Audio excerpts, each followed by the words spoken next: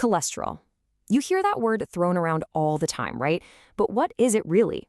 Is it the bad guy we've all been led to believe it is? Or is there, a bit more to the story? Well, in this explainer, we're going to cut through all that noise. We'll unmask this silent threat, and most importantly, figure out how to tame it.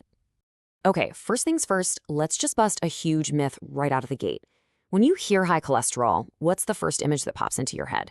Probably someone a bit older, right? Maybe in their 60s or 70s. It's what most of us think.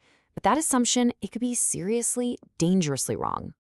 And check this out. This is exactly why that myth is so dangerous. Recent research is showing that the very, very beginnings of clogged arteries, these things called atherosclerotic plaques, they're being found even in kids. This tells us that this isn't some problem that just shows up in middle age. Nope. The process can start decades earlier, which makes understanding it right now absolutely critical for all of us. So that brings us to the big question, right? Is cholesterol a friend or is it a foe? And the answer, believe it or not, is both. It's not this pure villain. In fact, our bodies literally cannot function without it. So what is it? Put simply, cholesterol is a type of fat, and it's a fundamental building block for your body. I mean, your body uses it to build the walls of your cells, to produce essential hormones like estrogen and testosterone, and even to make vitamin D from sunlight. Without cholesterol, we'd be in real trouble.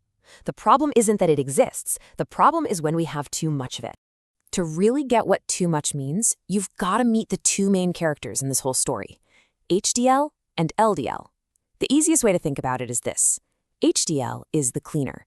It's this high-density lipoprotein that basically acts like a tiny garbage truck, zipping around, collecting extra cholesterol from your arteries and hauling it back to the liver to be thrown out. Then you've got LDL, the clogger. Its job is to deliver cholesterol to your cells, which is a good thing. But when there's too much LDL, it gets clumsy and starts dropping its cargo inside your artery walls.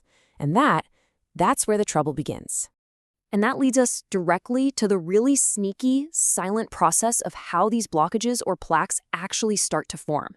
And this isn't something that happens overnight. Oh no, it's a slow, quiet creep that can go completely unnoticed for years, even decades. So let's just walk through how this happens.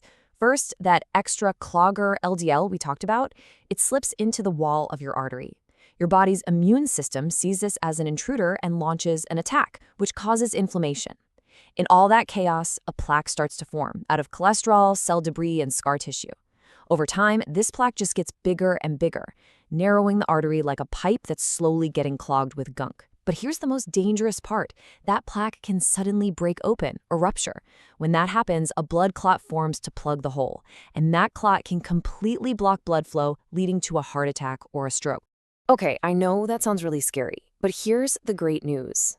We have the tools to see what's going on long before it gets to that point. And the key is understanding your own blood test. This isn't just some numbers for your doctor. This is your personal health intelligence. All right, you might want to screenshot this one. These are the key numbers to look for, measured in millimoles per liter. For your total cholesterol, you want that number to be under 5.0. For your LDL, the bad clogger stuff, the goal is under 3.0. And for your HDL, the good cleaner, you actually want that number to be higher. The target is above 1.0. Simple as that. But wait, and this is so important to get. It's not just about that total number.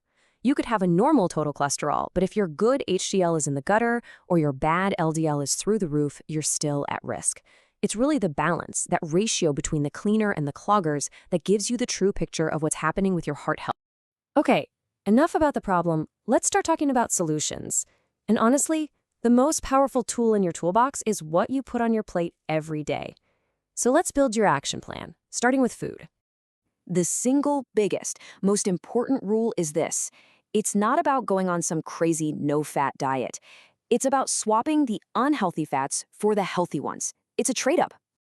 So what does that look like in real life? It means you want to bring more of the good stuff into your diet. We're talking about things like olive oil, avocados, nuts, and fatty fish like salmon. And at the same time, you want to eat less of the saturated and trans fats. You know, the kind you find in processed meats, full-fat dairy, butter, sausages. You get the picture. It's a simple swap. All right, rule number 2 introduces another hero into our story, fiber. Specifically, soluble fiber, which acts kind of like a sponge for cholesterol inside your body. So how does this work? It's actually pretty cool. This type of fiber binds to cholesterol in your digestive system and basically carries it right out of your body. This forces your liver to pull more cholesterol out of your blood to make replacements. And you can find this amazing stuff in foods like oats, beans, lentils, apples, pears. All these are fiber superstars. And if you want to see the real-world power of fiber, just look at this number. Studies have shown that eating just 2 apples a day, thanks to a type of fiber in them called pectin, can potentially lower your cholesterol by up to 16%. That's the kind of massive impact one small, consistent change can have. It's incredible. Now, food is a huge piece of this puzzle, no doubt, but it's really only half the story. To truly get a handle on all this, you've got to look at a few other key lifestyle habits. We can really break it down into 3 pillars. First, get moving. Regular physical activity actually helps your body clear out that clogger LDL more efficiently, and it can even raise your protective, cleaner HDL. Second, if you smoke, quitting is one of the best things you can possibly do. Smoking directly damages your blood vessels, making them stickier and more likely to build up plaque, and it also lowers your good HDL. And finally, manage your stress. Chronic stress floods your body with hormones that can lead to higher cholesterol and fuel that dangerous inflammation we talked about earlier. So what's the big takeaway from all this? It's that taking control of your cholesterol isn't about some miserable, super restrictive diet or a punishing workout routine. Not at all. It's about making small, consistent, positive choices day in and day out. Swapping butter for avocado, taking a walk after dinner, eating an apple. All those small things really do add up to a huge impact over time.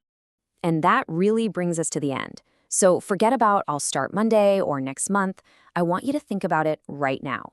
Based on everything we just talked about, what is one simple, healthy swap you can make today? Because that's it. That's where the journey to better heart health really begins.